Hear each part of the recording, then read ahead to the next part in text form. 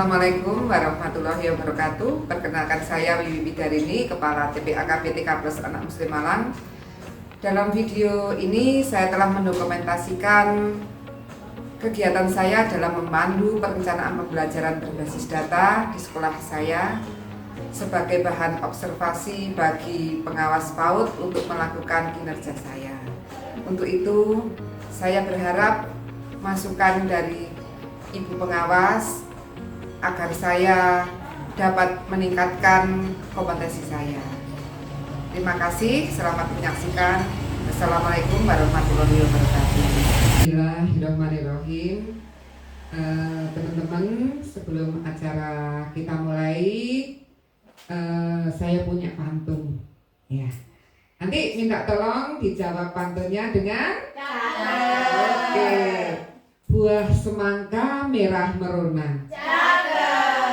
Dimakan untuk buka puasa. Tolong jawab salam dari saya. Biar mendapatkan rahmat darinya. Assalamualaikum warahmatullahi wabarakatuh. Waalaikumsalam warahmatullahi wabarakatuh. Alhamdulillah, puji syukur kehadirat Allah atas segala limpahan rahmat, nikmat yang diberikan hari ini, sehingga hari ini kita semua dalam keadaan sehat dan semoga seluruh kegiatan kita mendapatkan ridho Allah, mendapatkan kelancaran, dan nanti insya Allah semua yang kita rencanakan bisa terlaksana dengan baik. Amin. Bunda-bunda, sebelumnya saya mau tanya, next Bu, bagaimana perasaan Bunda hari ini? Bahagia. Senang. Alhamdulillah. Mana icon yang menunjukkan rasa bahagia Bunda? Nomor 1. Hijau nomor 6. Hijau kekuningan. Alhamdulillah ya. Coba kalau gitu saya pengen lihat senyumnya Bunda. Senyum kecil ini masih? Mana yang senyum besar? Mana yang senyum sampai kelihatan giginya? Coba minta tolong tertawa 1 kali, tertawa 2 kali, tertawa 3 kali, tertawa kayak kuntilanak. Kalau tertawa terbahak-bahak, alhamdulillah, kita semua hari ini bahagia ya Bun ya, karena semua kegiatan tanpa didasari rasa bahagia tidak akan pernah bisa berjalan dengan baik. Ayo Bunda, masih semangat? Semangat. Tepuk semangat. Semangat. Semangat. Bunda anak muslim. Hebat juara. Oke. Hari ini kita berkumpul bersama di sini. Saya minta komitmennya, ya Bun ya. Hari ini saya minta waktunya untuk, karena kita sudah bersama-sama. Yang pertama, kita hadir seutuhnya. Artinya jiwa dan raganya ada di sini. Siap? Siap. Yang kedua, mari kita sama-sama menghargai waktu. Kita secepat mungkin mengikuti kegiatan ini biar nanti segera selesai. Yang ketiga, untuk menghindari lupa, monggo dicatat apa yang kita bicarakan hari ini. Yang keempat, mengangkat tangan kalau ingin berbicara. Kelima, HP boleh dekat tapi tidak berada di genggaman tangan. Gimana? Setuju dengan komitmennya? Oke, next Bun. Mungkin ada tambahan Bunda? Apa? Di sini? Nggak boleh ngantuk. Nggak boleh ngantuk. Ya, wes ya. Ada tambahannya nggak boleh ngantuk. Berarti hadir seutuhnya. Next Bun. Nah, tujuan kegiatan ini yang pertama, observasi kinerja kepala sekolah pada PMM. Kalau kepala sekolah, observernya nanti dari Dinas Pendidikan, yaitu penilik PAUD-nya. Kemudian nanti kalau Bunda juga ada nanti yang mengobservasi kepala sekolah. Yang kedua, kegiatan ini upaya memandu perencanaan pembelajaran berbasis data. Next Bun. Kenapa? Karena ini dilatar belakangi raport pendidikan tahun 2024 kita yang menyatakan bahwa kualitas perencanaan pada sekolah kita masih pada label pencapaian sedang. Pada definisi capaian rancangan pembelajaran di sekolah kita belum selalu selaras dengan tujuan pembelajaran di kelas. Rancangan pembelajarannya juga belum selalu efektif dalam mencapai tujuan pembelajaran dan mempertimbangkan kebutuhan belajar anak. Kita lihat ya di rapotnya ya. Kita kemarin juga pernah melihat rapot kita. Ini yang merah. Di rapot ya Bu. Nah, ini Bun. Data tadi kita ambil dari kualitas perencanaan kita. Kualitas perencanaan kita, kemudian sudah saya masukkan ke PPT ya Bu ya. Apa artinya perencanaan pembelajaran yang belum selaras? Belum selalu, berarti kadang-kadang sudah ya Bu ya. Nah, kadang-kadang sudah, kadang-kadang juga belum.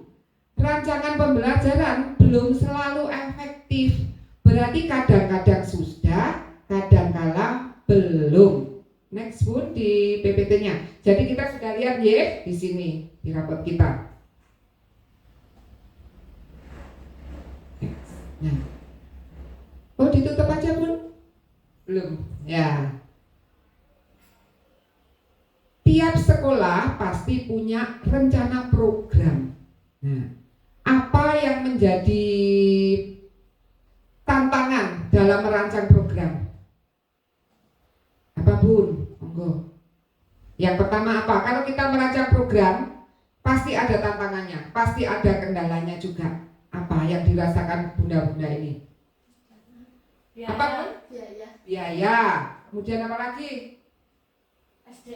SDM. Kemudian? Waktu. Apa lagi? Nah, ini adalah faktor-faktor kita dalam membuat program. Pasti harus sumber dayanya ada, dananya juga harus ada, anggaran, kebijakan. Kalau kita sekolah swasta tentunya kebijakan itu kebijakan yayasan kita. Di luar itu juga dari Dinas Pendidikan, tapi yang terpenting juga dari yayasannya. Nah, kita kemarin juga sudah menganalisis raport kita kan, sudah mengumpulkan, mengidentifikasi kondisi satuan pendidikan. Raport itu kan gambaran dari kita nggih Bun, dari apa yang kita sudah masukkan. Kemarin kan kita ngisi-ngisi di Sulinjar. Raport kita, gambaran kita tadi salah satunya kualitas pembelajaran kita masih harus dibenahi. Kemudian kita juga sudah melakukan refleksi. Kita ambil mana yang paling penting. Kemudian kita juga berusaha membenahi hari ini. Kita rencanakan, mengupayakan perbaikan layanan. Kalau sudah, nanti kita implementasikan dan kita evaluasi hasilnya secara berkala. Ya Bun ya. Refleksi kita lakukan, selain kita melihat raport, kita juga melihat observasi di lapangan. Bunda kemarin sudah juga menuliskan nih. Kita sudah ambil data di sosialisasi sebelum ini. Itu kita ada kendala. Kalau saya petakan, next Bun. Dari data analisa kita, sebagian besar guru ini ada berapa ini? 60%, 50 ya kalau di sini ya, lebih ya, 50%. Itu sudah memahami kurikulum. Kurikulum kita sudah memakai kurikulum Merdeka. Tapi ada sekitar berapa ini? 45-an ya. Kalau ini kan 50 lebih. Nah, itu masih belum paham.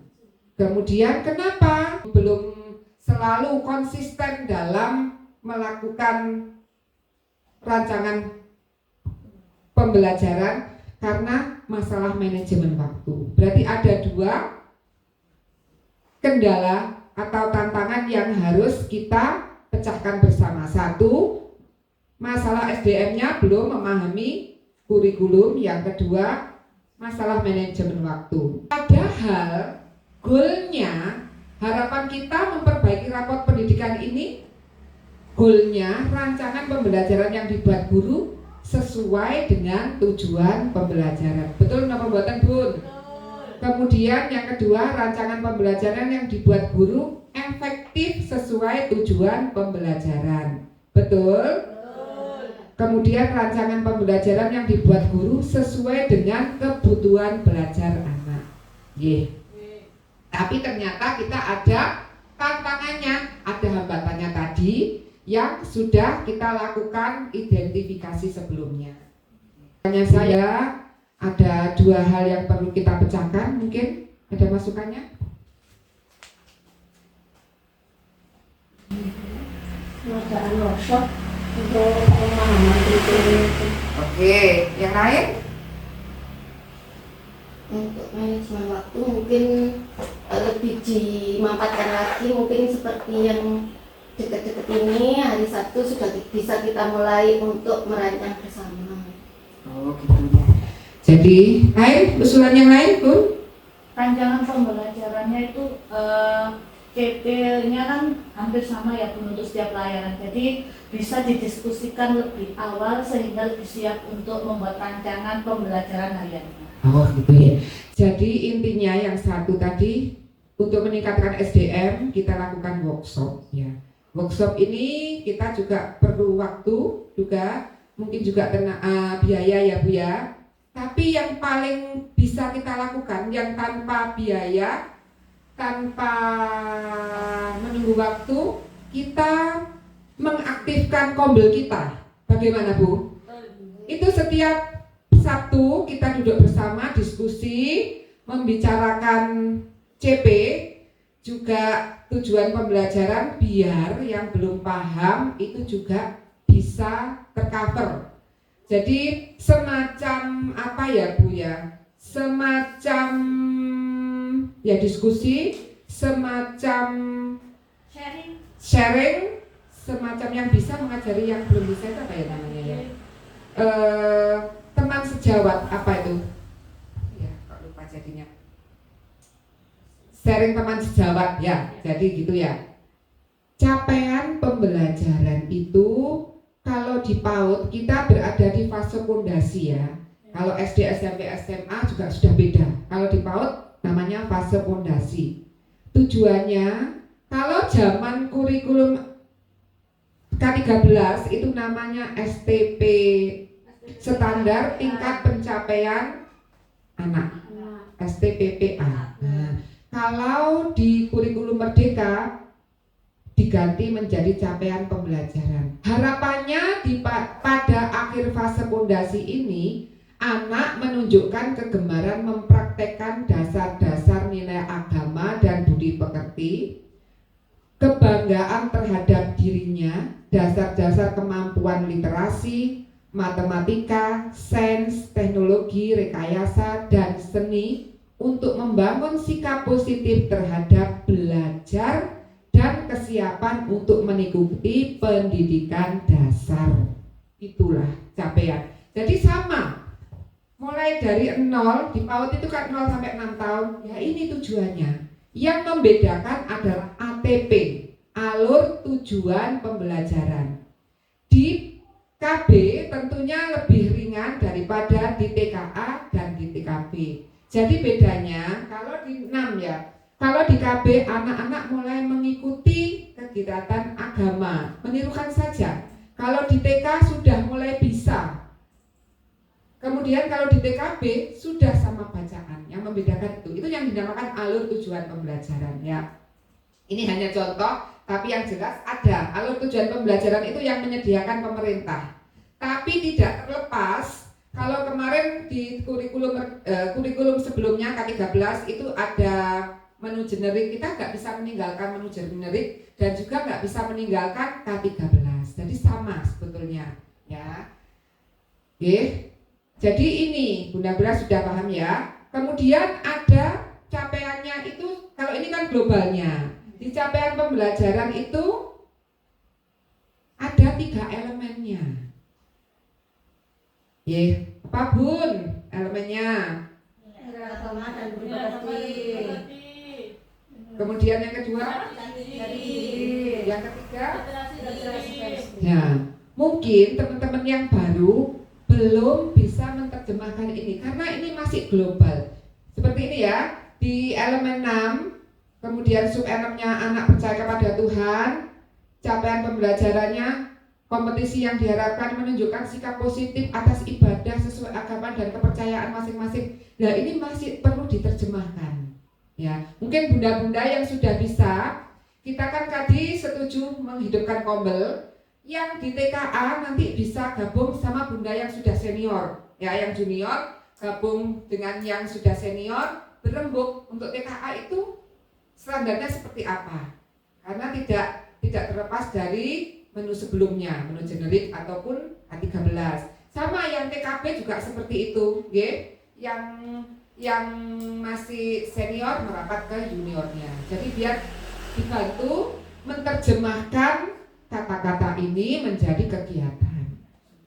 Next Bun, di modul. Nah, bahwa guru itu harus membuat rancangan pembelajaran.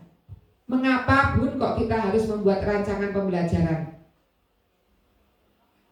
Apa sih rancangan pembelajaran itu? Rancangan aja dulu. Rencana atau prediksi, ya. Mengapa kok harus dibuat?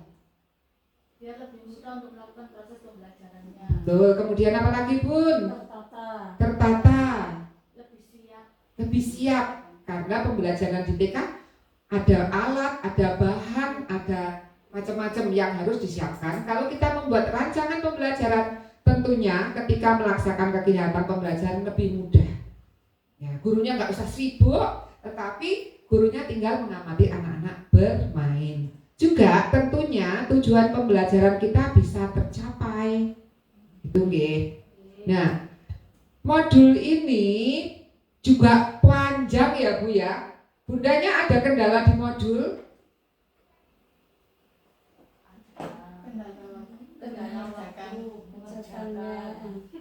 Nah, kendala waktu nggih. Tadi kan sudah disinggung kendala waktu. Manajemen waktunya, ya. Manajemen waktu tadi yang kita sudah sepakat, kita bareng-bareng kerjakan di hari Sabtu. Tinggal ATP-nya nanti kan sama, berarti TKA, KB itu menyesuaikan ATP masing-masing, tapi kegiatannya bisa hampir disamakan. Ini yang disebut apa ya ini? Nama identitas. Kalau dari sini lihat, kita bisa lihat bahwa ini TKB. Kemudian model pembelajarannya apa? Sudah ada, fasenya juga ada. Nah, ini capaian pembelajaran yang kita terjemahkan, yang kita ambil dari capaian pembelajaran kita di sekolah kita, dari kurikulum kita, tetapi asalnya juga dari pemerintah. Ya. Nah, dari capaian pembelajaran ini turun Bun. Nah, diturunkan menjadi tujuan pembelajaran. Ya. Kadang-kadang ini yang agak sulit menerjemahkan ya Bun ya. Nah, ini perlu bimbingan dari yang seniornya. Nanti kita sudah sepakat, jadi insya Allah nanti dipandu sama bunda-bunda yang sudah senior. Next Bun. Dari tujuan pembelajaran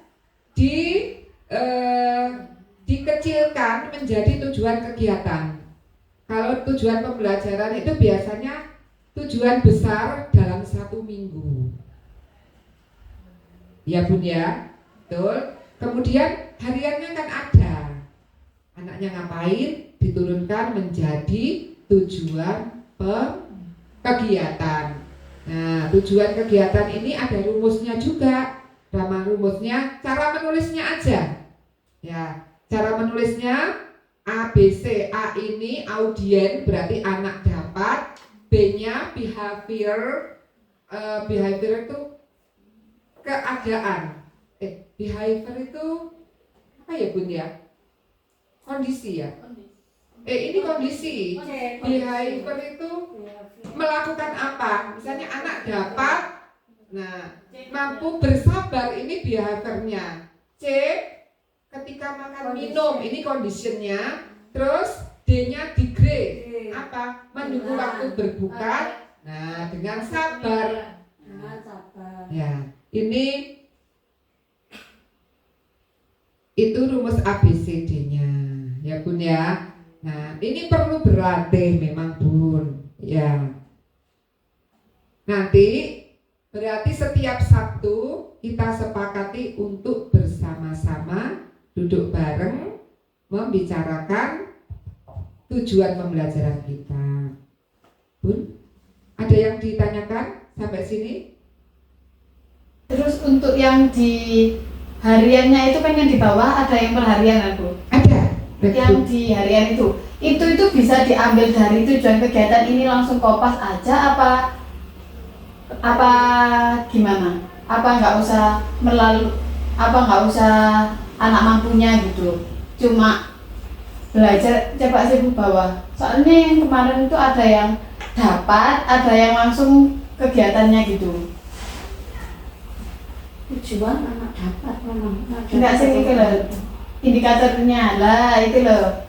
Kalau indikator ini ya Bu ya, kalau indikator tulisnya seperti itu tidak ada rumusnya. Kalau tujuan kegiatan tulis ada rumusnya A, B, C. Jadi anak dapat seperti Jadi itu. kalau ini cuma ya dari tujuannya itu sesuai.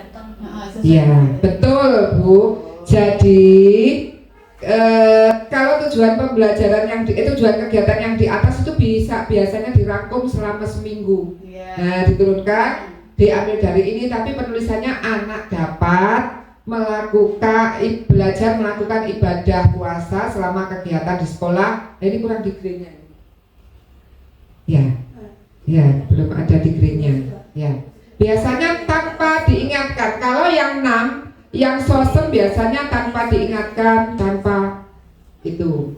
Nah,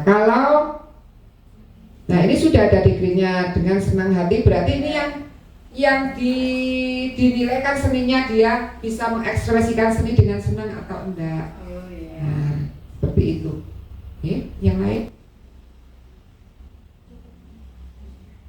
Sudah ya Bu ya? Ya. Kesepakatan kita dan setiap Sabtu jam berapa kita melaksana? Jam 9 ya Bu ya. Kita mulai jam 9. Jadi kesimpulannya satu, kita mengaktifkan Kombel, kita mulai jam 9 dengan pembahasan setiap Sabtu. Yang didulukan adalah ini, merancang kegiatan pembelajaran. Yang kedua, kita akan melakukan workshop. Nanti kita tinjau ulang kapan waktunya, kita sesuaikan dengan kondisi kita. Itu saja Bunda. Terima kasih untuk hari ini. Semoga apa yang kita bicarakan hari ini menjadi komitmen kita dan kita laksanakan agar rapot kita juga bisa menjadi lebih baik. Kalau rapot kita menjadi lebih baik, tentunya kita akan senang karena kualitas pembelajaran itu juga adanya di guru. Itu saja. Jika ada salah khilafnya saya, mohon maaf sebesar-besarnya. Wassalamualaikum warahmatullahi wabarakatuh. Waalaikumsalam warahmatullahi wabarakatuh.